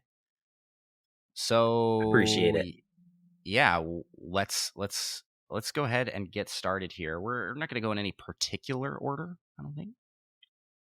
Because I don't even really want to try and come up with the chronological when each of these appears, because some of them, yeah. But maybe we can start where it all began with Demise from Skyward Sword. And he, where do you rank him as a villain? And we're just doing like what are we basing this ranking list off of? This How isn't cool another these pictures look, kind of. This isn't another potential spouse list. This is just I think this is on everything. Their boss battle, their character design, Maybe you shouldn't say boss battle for talking Ocarina of Time. You might not like how I ranked that one. Yeah, well, we're going to have to cross that bridge when we get to it. So, Demise. I think his design is silly looking. I didn't really like it. You know, like the fire hair? Nah, I wasn't feeling it. He wears a very cool V-neck. He's like, look at my Demise gray hairless chest. He's probably using the products from our sponsor. It could be. Yeah, I'm not huge into this one either. He's just aight. See? Yeah, sounds good. I'll defer to your judgment on this one. You've played through a little more recently than I have. Although, have you even gotten to like Ganondorf in your playthrough? Have you beaten Skyward Sword again? The HD? Nope, I haven't beat it again. Got distracted by many another game, as tends to happen. I figured I'd defer to a lot of your judgments, so when we get to the one I really want to rank high, you'll owe me. Yeah, don't do that. It's not going to work. It won't need to work. It won't, because I will also probably rank that one high. If I know who My you're plan's talking already about. working, in other words. I know who exactly you're talking about. You're talking about CDI Ganon. Exactly. Alrighty. Throw it. Wait, we need an triple S tier. Triple. Yeah! He's like so many S's. Yeah. Spoilers. This might be why I asked you to add a Shadow Realm. Yeah, he's going to the Shadow Realm. Maybe to the Dark Realm, you know? To the Dark World? No, he doesn't even deserve that. To the Shadow Realm for him. Yeah, I'd actually heard an interesting fact about Yu-Gi-Oh! That the Shadow Realm was added in for like English audiences, and it was essentially just death. But they wanted to soften it a little bit. So they were originally like, yeah, if you lose, you die. Now it's like, no, if you lose, you go to the Shadow Realm. To the Sacred Realm. No, he doesn't deserve that. He's out. CDI Ganon, nah. Alrighty, next up we have Twilight Princess Ganondorf, and I've got some images for reference here because there was not a good one on the site. So yeah, they all like cut off a bunch. Yeah, it's this picture, but they cut off his head. So, I was like, I can't see that picture. That sword looks way bigger than the one I recall seeing. Yep, he's got a very big sword. So yeah, there you go. He's a cool guy. He's pretty cool. It's not bad. It's not bad. I think I rank him very high. I really liked his character design. I loved his boss battle. He's extremely intimidating. This is the one where they try and banish him to... No, they don't try and banish him. They try and execute him, and he pulls the thing out of his chest. The sword? It's a sword. The sword, yeah. Turns out it did nothing, apparently. Yeah, pulls the sword out of his chest and kills the executioners, who are the sages that are trying to take him out. Because he has Triforce of... Does he have, any dialogue ever? I don't remember anything he said. Yes. I was like, I imagine he does, but it's been too long since I've When played. you do defeat him, he does say... he has dialogue in the lead-ups to... And as part of the fights. But at the very end, when you do defeat him, he's like, I will keep coming back. The history of Hyrule will be written in blood. And then he dies standing up. Does that even make sense? The history of Hyrule will be written in blood? Is he already talking from the future here? Yeah. In my memory, he fell down after that. But in the actual game, he's just like, ugh. He just dies. And I guess his armor just holds him up. Yeah, I mean, he is so powerful, so cool that he can't even fall down for death. No. Or he just has so very little mobility, he can't even fall down for death. He also gets distracted very easily by fishing. I'm standing and I can't fall down. By a fishing pole. Yeah, that is pretty good. I don't know if that's... I feel like that should actually detract a little bit, even though I think it's hilarious. No, for you and me, I think it boosts him. I want to put him in S tier, personally. I mean, it's a little less intimidating when you know you can just pull out your little fishing rod, dangle it in front of him. He's like a house cat. I think there's some sort of cheese thing like that for a lot of Ganondorf fights, though. I can't remember what the other ones are, but I know there's one for Ocarina of Time where you can cheat your way there with a stick, or it's well, there is that, but that's a more legit legit way. Yeah, there's a legit way to distract that makes things a little bit easier. Also, flippin' demise. I was like, I had no idea that you could use your Sacred Strike. That's where you hold up and get the lightning strike to empower your thing. Yeah, no, I didn't know you could do that. I didn't know, because in the dialogue, it's in the name of the game. In the dialogue leading into the fight, they're like, "Your Skyward Strike won't work here." It's something along those lines. But then don't you kind of moved somewhere else or something weird?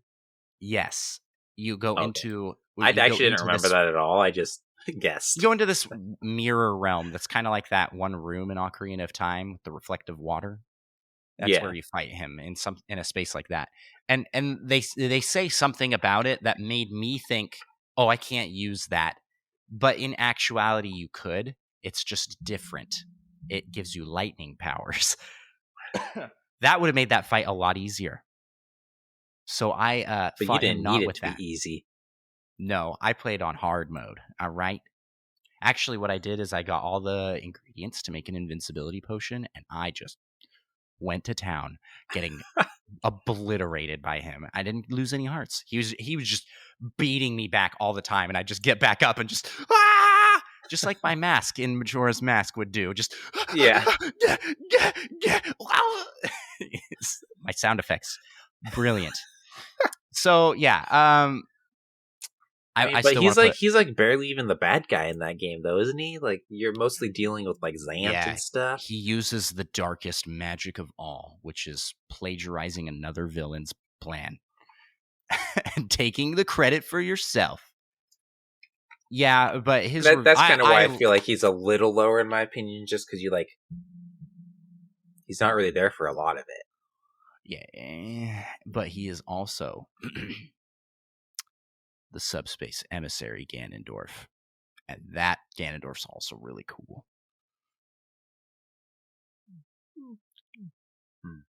I mean, cool. I suppose I can accept an S ranking. Don't worry, we'll still put your Ganondorf. A semi-low S ranking, just to clarify, compared to some higher S rankings that other Ganons might have. This next one is Pig Ganon from original Legend of Zelda and also A Link to the Past. I think it's the same Ganon for both. But he's got a cool trident. He does. I kind of like his design. I honestly gravitate more towards and prefer the Ganondorfs to Ganon, straight Ganon. But I like him more than there's more than Demise, I think, and Calamity. Yeah, I'm not a fan of Calamity. I think there's Ganon, which is like Pig Ganondorf, but he still has some intelligence, kind of. And then there's Ganondorf, which is like the real smart one. And then there's the others, and they're just like no intelligence, just pure rage or instinct. Yeah. So I don't know. I think B rank for this one. Yeah. I'll accept that. Then there is... I don't remember much about him, to be honest, so... Hyrule Warriors Ganon. Here's some reference images for what he looks like. Because I also cut his head off in the images. Yeah. He's got very long hair. Yeah, This is sort of like a blend in character design between Demise and Twilight Princess Ganondorf. Because he looks like the mix of the two. He looks like almost Pharaoh-ish. Pharaoh? Pharaoh? What does that mean? What do you mean by that? I mean, I can't explain it well. Rabid, almost. I mean, especially an animal in a wild state.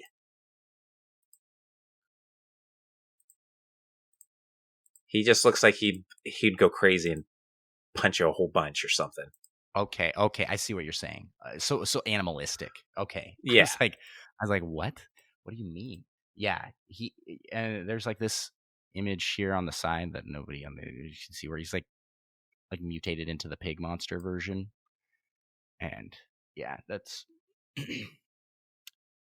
he looks a little less refined, but potentially more scary than some more refined Ganons. Yeah, he's definitely leaning more into the pig side of things. I like his character design. I don't know much about the Hyrule Warriors plot other than he does get summoned by and uses he uses Girahim and Xant and somebody else as like little co-conspirators as generals in battles in Hyrule Warriors. But I do like the design. I think it's cool looking design. I'd say A rank based off of looks. Yeah, I was like, all I know is the design, but I think the design's pretty good. So. All right, and then we have Ganon from Oracle Games, which looks very similar to Link to the Past and original Legend of Zelda. And I guess also The Legend of Zelda 2, the death screen. Ganon returns. Where do you rank this one? I feel like he's got to be pretty similar to original Ganon. Although this picture of him is much more intimidating. way more I was gonna say intimidating. this artwork is like way better than the original. So I'm gonna say let's just go. A high put 'em up B, there. yeah. Next we have Wind Waker Ganon, and we're just gonna toss him on up here. I think I will let Micah have this because I don't want to fight Micah today. My but- deferring has worked. But yeah, we'll just yeah, we'll the just let you best, have the it. best Ganons. He is a very cool Ganondorf. I thought his design was super silly, but Dare you? he's like the Ganon that let himself go. You know, he's like, man, I gotta put on some weight. He looks like he's got a belly. It's called muscles, ab muscles. Those are It's to very, hide his extra swords. He's but barrel chested. his like whole like very it's almost an oriental outfit is interesting. But I think what the best part of this Ganondorf is his dialogue. He's got very insightful and thoughtful dialogue and is much more of a character than I think any other Ganondorf. Plus, I mean, I'm a little biased, but I think his boss fight is very good. I thought his boss fight was fun, and the end so good. That's a satisfying ending to a boss. I believe he's the only Ganon where you have to kind of go that far with your weapon. I don't know if we can spoil that. I feel like it's been long enough where you just like where you stab him in the straight head, up stab him in the head, and just like leave it there, and you're like, Twilight Princess gets close. You stab him in the chest. It's true. I don't think you do that to any of the other Ganondorfs. I think they all just kind of like, blah, blah, blah, blah, blah, I'm like so hurt now. Purple kind of smoke away into nothing. Yeah. Well, speaking of purple smoke away into nothing, Calamity Ganon. Oh, I thought you meant we were done. Did you just purple smoke away? Was that the joke? Yeah, that was the joke. I get it. I was making a joke, and you will come in and overstep my joke with your joke. I'm sorry, your joke just wasn't that good. Calamity Ganon. I personally rank it low. I do think it's cool. I think it's great character design. But compared to all these other Ganondorfs and Ganons, it's just kind of a big monstery blob. Yeah, there's no personality to it, which, I mean, is kind of the thing. It's like a force of nature. A force of rage. But I think there's huge potential here for this to be multiplied and be a winner in Breath of the Wild 2, because they definitely seem like they're bringing Ganondorf back in that. Yeah. And he's going to be like re-dead Ganondorf. Oh, that's going to be very cool. But for right now, this might be a D for me. Where would you put it, Micah? I don't know. I think I'd put it in the C's. C's? You just have to have pretty good. The frame of mind that he's not really like a Ganon. Yeah. I don't know. Yeah. I mean, he's just not the same. This is what so he does long is in the pretty future. decent, but it's funny because we have the beginning and the end here. It's so far in the future. He's devolved into nothing more than a force of evil and hatred. But he's very good at organized crime still. He's got his bokoblin camps. I mean, is he even controlling them or anything? Or they just do whatevs? He brings them back to life when they die every blood moon. I assumed he had some sort of that control. Doesn't require any sort of management skills. True. That just requires necromancy. I don't know. I skills. sort of was thinking it was kind of a Sauron situation. He's the giant eyeball at Hyrule Castle, and they all sort of work for him. Yeah, they all sort of work for him, but he just kind of is there. Yeah. All right. Well, let's move on. Ocarina of Time, Ganondorf.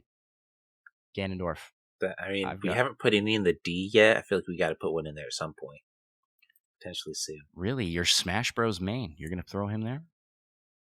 You're talking about Ocarina of Time.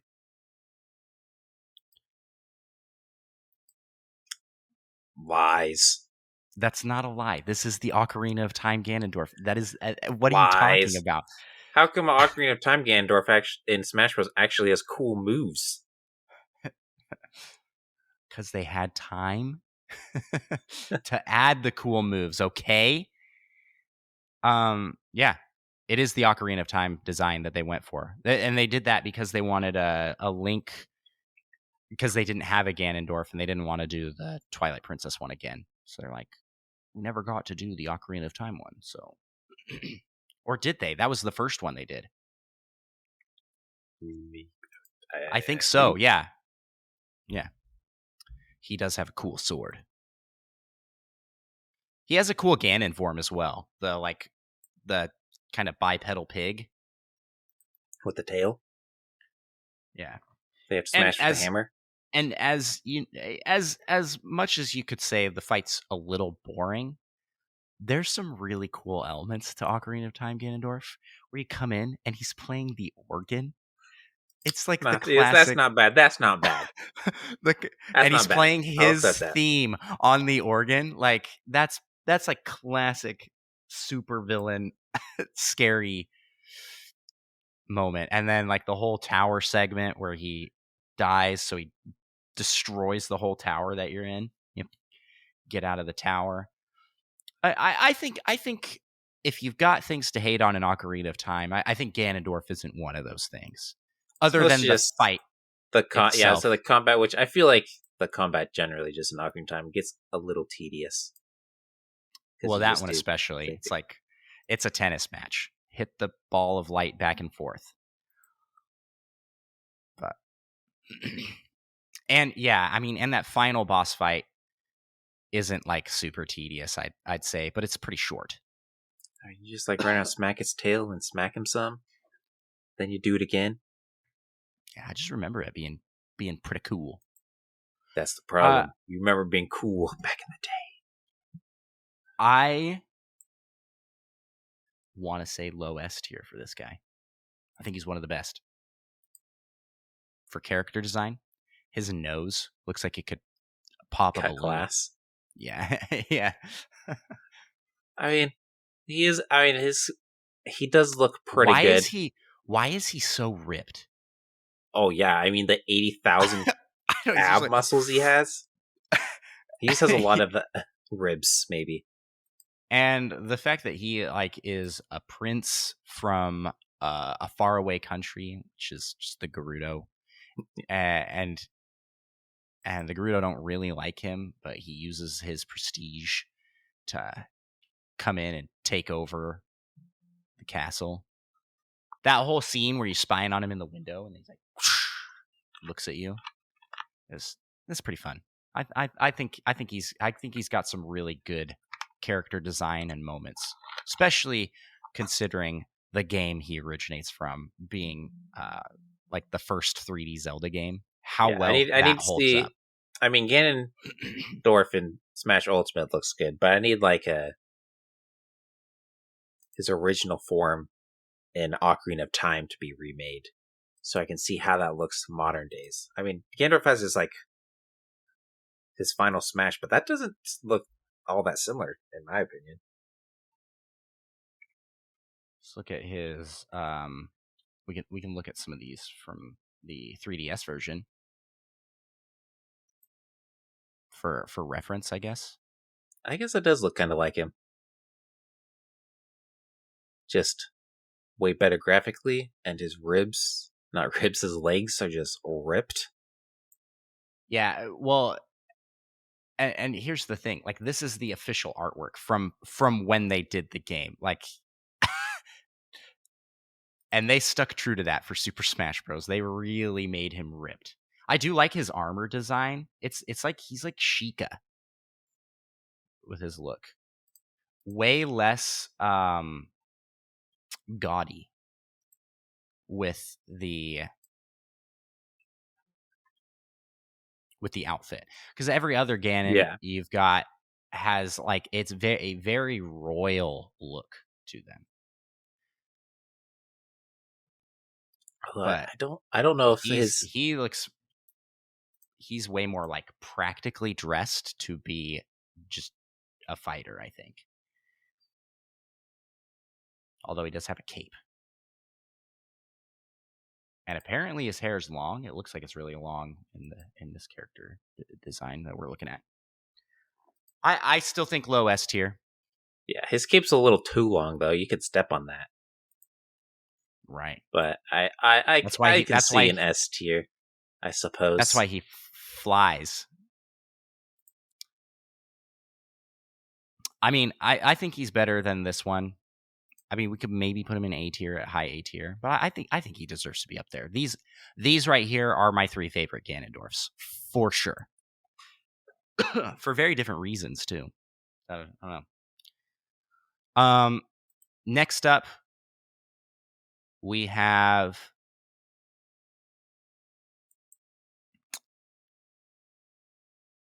Ganondorf from Diablo 3 on the Switch. The only playable Ganondorf. Well, actually, no, Smash Bros. You can play as Ganondorf, but this is the only one where you get to play as Ganondorf in as the main character of the game.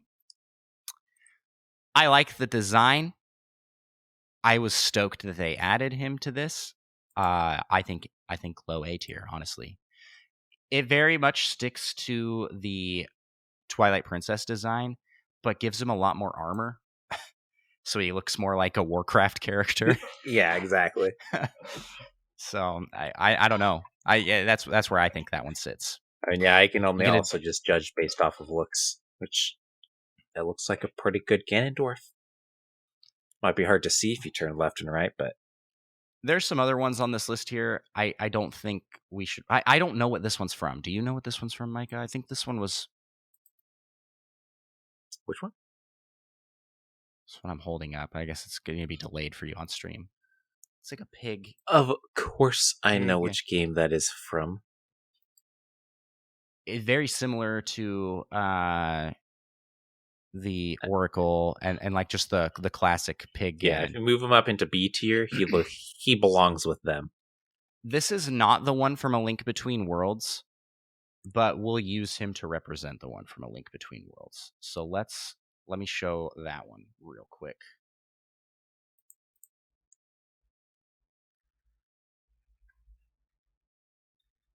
Because this one is interesting in that combines with Yuga, this character, the painting character. And so they are Ganon, but they've got like the Yuga hair. Ganon. Yep. Ganon. So we're going to use it to judge Ganon. I think Ganon's a cool design. I liked this idea where they're like, instead of Ganon coming in and taking the credit for Yuga's plot, they merge. And Yuga awakening Ganon was trying to access Ganon's power. I think that's a cool idea. Would love to see more of that. So I might say A for this guy as well. Ganon. I'm not, based off those images, I'm not that impressed with Ganon. Where should it go for you? I really don't. I don't have strong opinions about Ganon. I just think it's a cool idea. I just kind of feel like the Ganon looks not as cool as these other Ganons. So based off looks, low B. Yeah, I don't think it's. I think it's better than Demise and Calamity. Yeah, for sure. Definitely better than this guy. All right, so we're gonna do Ganon here in the B tier. We got agreeance in chat from Schlimtor. Welcome, thanks for being here, Schlim. All right, Micah, that about wraps it up for the episode here tonight. Thank you so much again to all of the Nintendo Pals that have tuned in for this episode. And I want to do one more, we're going to, this is the point where we plug our stuff. You can follow us on social media. We're on Twitter, TikTok, Instagram, YouTube. We have Discord. Join our Discord. It's seriously, this Discord is awesome. And it is all thanks to the amazing people that are already there in there, making it an awesome place. It's a great community. If you're looking for a fun place to talk Nintendo stuff, this is the place. If you're looking for a place to talk negativity, this isn't the place. Don't join. But it is open to all. Open to anyone. Even if you don't have a Nintendo, come join. Links to that are in the description of the show. And links to all of our social medias are down in the description. And am I forgetting anything else, Micah? You know what I always forget to do is give a shout out. We kind of did this at the top of the episode. But shout out to our good buddy, Roger Pollard, for the intro music that we use in the episode. And he also does the outro music that we typically use. But we will not be using that for this episode because we are again going to highlight the brand new Patreon Pokérap. And just as a huge thanks again, check out our Patreon. It's for as little as $3 a month. That's like less than $1 per episode. You can support us and help the show grow in what we can do with it. So with that, Micah, you want to give us a closing remark, and I'll start the Pokérap after.